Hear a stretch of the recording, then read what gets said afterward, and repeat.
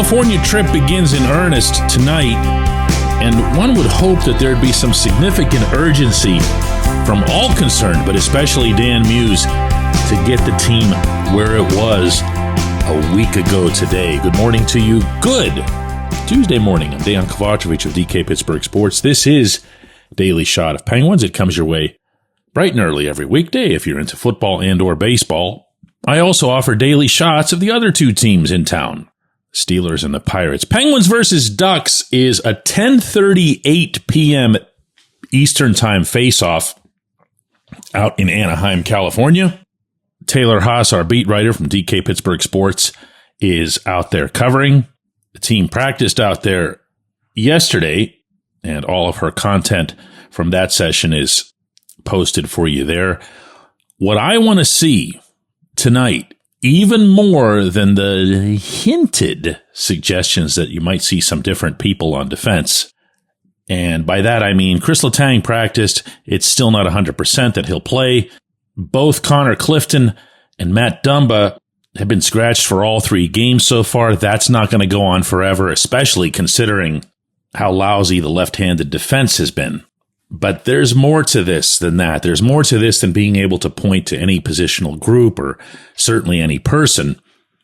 What you've seen now through 3 games is an A performance, a B performance, and probably a D+. The only reason I attached the plus to the D grade from Saturday is that I thought the Penguins had a really strong first 15 minutes or so where they looked like they were continuing the level at which they'd performed in the season opener against the Rangers at Madison Square Garden.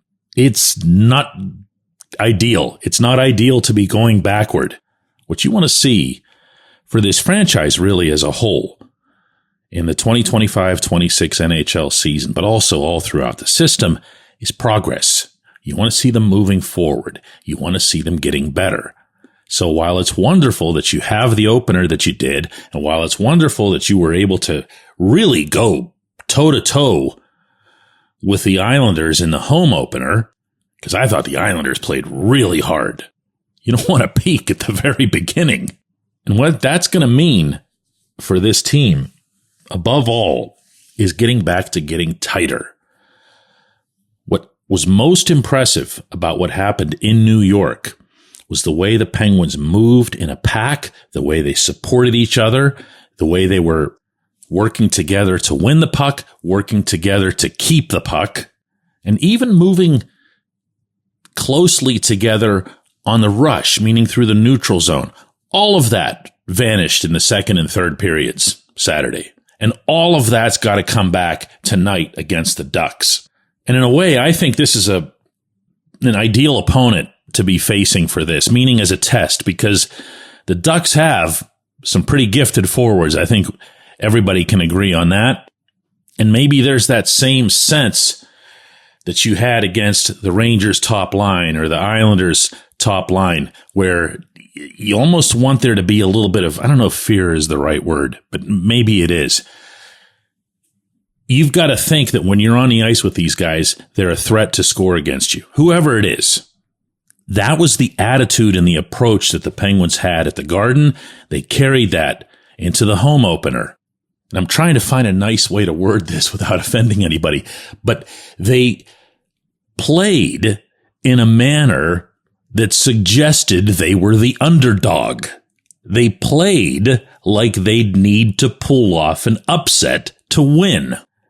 And when you're operating with as much youth as the Penguins are right now, and all of that left-handed defense, that's actually what you have to do. That's actually going to be the blueprint. No one's going to say that out loud except me, and I don't care. And there can't be exceptions to it. One of the things that I brought up in New York that I liked the most about that singular night was that the players who were most dogged and determined to play that way were the stars, were the core guys. And you'd better believe that makes it easier for all the children to respond accordingly. This was Muse after practice yesterday in Anaheim on the subject of the system and where it is right now.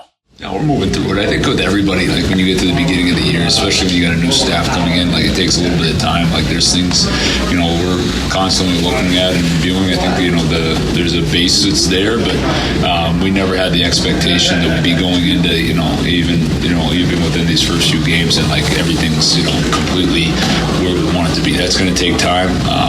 And so that's the expectation. It's just, you build off that base, you can start to add some more details. There's new things that you'll start to talk about, different situations that you might be in.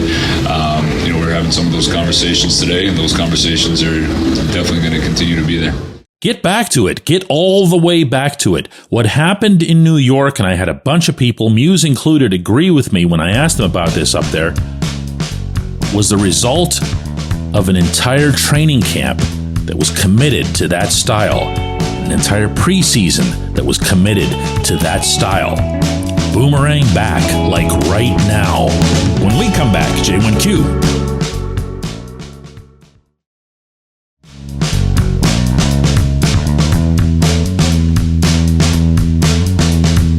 Today's J1Q comes from Dave Campbell, who asks simply, our left-handed defensemen are awful. How is Owen Pickering not up? Dave, I had mentioned at various points through camp and the preseason, although not with all that much conviction, that some competitions are more competitions than others. Most of the time I was talking about the goaltending because I knew all along Sergei Murashov wasn't going to stick. Not right away anyway. They were determined to have him go back to the AHL since he'd had only 17 games at that level previously.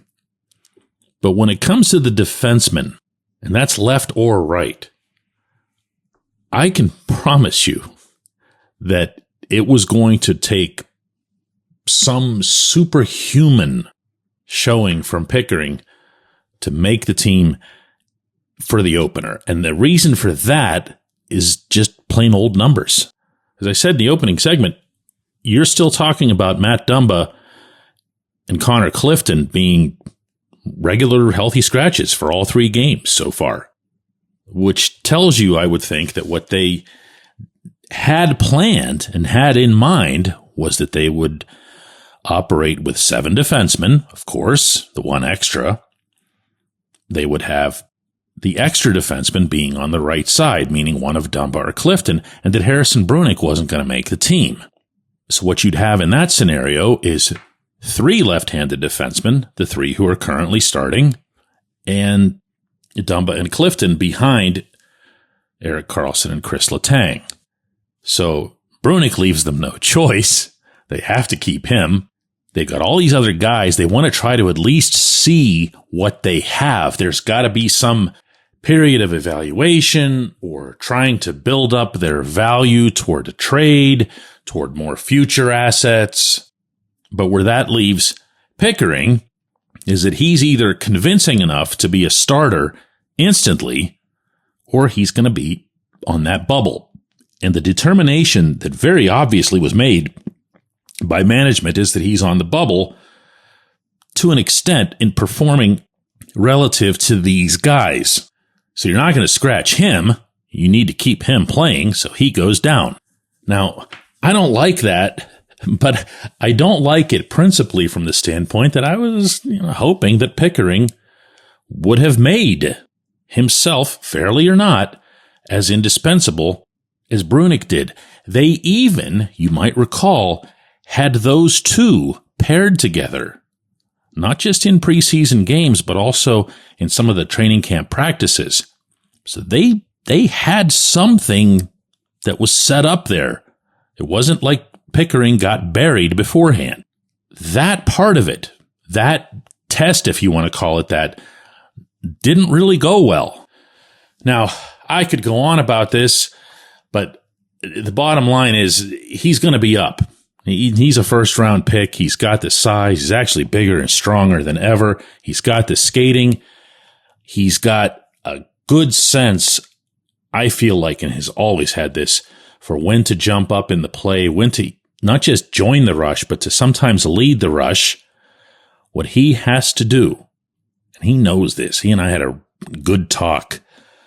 This was about a month ago up in Cranberry. He just needs to defend. He needs to be physical. He knows that. More physical than maybe he's been in the past. But he needs to defend. He needs to become a really smart, solid, sound defender. And then let the rest of his game build from there. I don't know that it's going to take all that long. This is a pretty heady kid who's got all the physical tools. Just needs to put it all together. And what definitely won't take long is for this management to look at the guys they have currently and say, oh, geez, how's Pickering doing? I appreciate the question. I appreciate everybody listening to Daily Shot of Penguins. We'll have another one of these tomorrow.